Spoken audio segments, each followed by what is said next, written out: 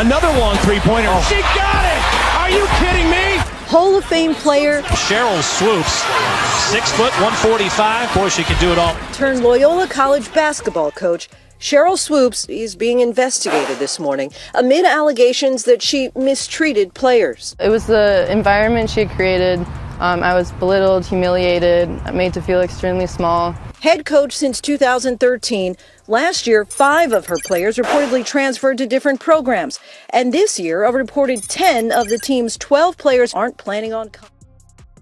A legendary player celebrated for their outstanding achievements and lasting impact on the game. Because, listen, and here's the thing. What incriminates, in my opinion, it's just my opinion, but what incriminates somebody like Sheryl Swoopes even more, who, by the way, was supposed to be calling the game with y'all yesterday, and she did not call the game, and no doubts it had something to do with the fact that when, you know, how Caitlin Clark had performed early in the week, she didn't want to talk about it at all. So we recognize that, and we know in television the way that I do. I know what producers do. I know what bosses do when you see, you know, your personal feelings, whatever they may be, infiltrating the proceedings and compromising your position as a professional. But I think in the case of Sheryl Swoopes, and I'm not going to belabor this point, but it's important to be made. Sheryl Swoopes is a winner. She was great. And she's a phenomenal basketball mind. So what she's not realizing is that when she doesn't state the obvious, it's automatically going to be assumed that it's something personal, because we know you know the basketball game, the game of basketball too well to ignore the kind of things that she's ignoring when it comes to Caitlin Clark. Sheryl Swoopes, the former basketball coach at Loyola College, is being investigated due to claims of player mistreatment. Every time Caitlin gets fouled, we can't make it seem like she was assaulted. Why like a Stephen A. Smith? It was that important to you to run the Kennedy Carter hip check, right? That was everywhere. But yet you didn't even discuss what Alyssa Thomas did to... Sheryl Swoopes, who had been the head coach since 2013, saw a high player turnover, with 5 players transferring last year and 10 out of 12 deciding not to return this season. As a result, the program decided to part ways with her, choosing to move forward without her leadership. We've spent 5 years calling companies, trying to get them to be a partner, and that inflection moment happens and people are calling us saying, how can we get on your jersey patch? And so it's, you know, I've had the 5 years of that not being the case. You know, my sponsorship people would sell a fever deal for $5,000. And I said to them, I don't even get out of bed for $5,000. Like, what are we doing here? Like, don't devalue the product. And they said, yeah, but people don't want to support it. I said, because you're teaching them they don't have to. And so we had some growth to do that got us ready for this moment. Yeah. But you know, that's, you know, Caitlin makes me look smarter, more strategic, all the things, like all of. So, what brought this on? Just a few months ago, Caitlin Clark confidently, some might even say arrogantly, predicted tough times ahead for the Indiana Fever. Still at P5, she brushed off Caitlin Clark's comments, claiming no one would want to play in Indiana and boldly stating that top talent wouldn't join the team. Since she was in college, I helped do her shoe deal with Nike in 1993, took her to her first ESPYs. I've known Sheryl, I've coached her, have a lot of respect for her. I called her when Caitlin was still playing at Iowa and she had just broken Maravich's record. And it was all over the place, as you and I have discussed, that you know, there was this quote by Sheryl that said, you know, Caitlin was, 25 years old. She was, 24 years old. She was a fifth-year senior. Right. She was taking 40 shots a game. Her records were illegitimate. And I got off the treadmill and I called her as a friend. And I said, you can say whatever you want. You can have your own opinion about anybody. But you do have to get the statistics right. I mean, facts matter. And if you just get ahead of this and just say, hey, I made a mistake on my number. Fast forward to today, and the Fever have made history with the biggest free agency move in WNBA history, bringing in superstar players who could change the game. Meanwhile, Swoopes has remained notably silent.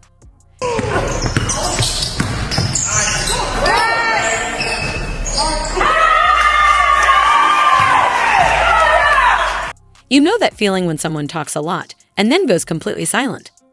That's exactly what's happening here. Collab 8. It's causing a stir throughout the entire league, and we're here to explain everything. Misses on a 3, rebound Howard. And as if this game hadn't already seen everything, we're going to jump ball on a wedgie. Before we jump into all the exciting details, don't forget to like this video and subscribe to our channel. Stay tuned for the latest WNBA news, expert insights, and exclusive coverage you won't get anywhere else. Now, let's dive in. Shooting, spacing, switchable defense, being able to play different lineups for the Fever. Like, they might be able to go small and put her at the 5 without Aaliyah Boston out there and play a lot faster. They re-signed Kelsey Mitchell. They bring in Natasha Howard. They bring in Sophie Cunningham, who's going to probably be coming off the bench from the Phoenix Mercury, who's also just someone who can wait on the wing and catch Caitlin's passes and just knock them down. Like, they have loaded up around Caitlin. Drew, you say it's similar to Warriors. I'm looking at the Spurs and being like, listen, this second-year Wemby guy is ready to go. Like, I think Caitlin Clark is at that ascension point where she's going to be top of the MVP race. We're going to talk about her in terms of stat leaders later, but the way that the Indiana Fever just made a statement around Caitlin Clark and said, like, hey, we're pushing in the chips. We're ready to. The Indiana Fever just made a bold statement with Caitlin Clark, saying, "We're all in. We're ready to win now." They didn't just take part in free agency, they took charge of it. This wasn't just about adding players, they built a powerhouse. It's like in franchise mode when you go all in and load up your roster with the best talent. That's exactly what the Fever just pulled off. I think the reality of it is that I don't think people would know what LC Square is, so shout out to Caitlin. That's just the reality. I think she's done an unbelievable job of bringing, obviously her own fans and people that support her. But, for me, I kind of laugh at it and I embrace it at the same time because I've always kind of flew under the radar. I've always kind of been that person or that player, very conservative, very introvert. So now I get to see the flip side of it. And it's kind of funny. I can laugh about it because I know it's come from a genuine place, but I embrace it from a standpoint of like people not guaranteed to see me play. And that's exactly what Indiana did. They went all in, assembling a roster of championship-worthy players, fierce competitors, and athletes who bring both skill and personality. This wasn't just another offseason. It was a strategic move to take over. Wait. Yep. You look good on me, huh? Look good. Like a whole 360. Like, I think I was talking to my wife about it. I'm like, man, what if I go back to Indiana where I started? That'd be crazy. Look where I'm at. Yeah. So I'm happy to be back. It's closer to my family, friends, and unfinished business. First, they secured Natasha Howard, a 3-time WNBA champion and one of the league's top defenders. Howard doesn't just defend, she dominates.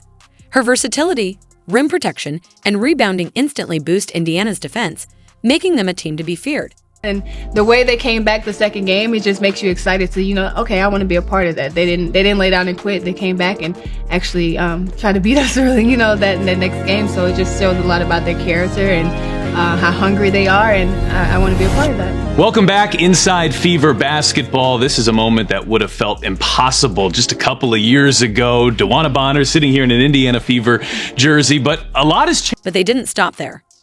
They also brought in Sophie Cunningham, a real game changer. Fearless, competitive, and full of energy, she shines in high-pressure moments and plays with a bit of a chip on her shoulder. She's just the player Indiana needed to ignite both the team and the fans. Last 4 seasons, she shot an impressive 38% from the three-point line. And among players to hit at least 200 threes over that time, only 4 players in the entire league have shot it better from distance. One of those being Kelsey Mitchell. To top it all off, they signed Sydney Colson, a seasoned veteran with championship experience. She provides strong leadership and keeps the team connected off the court.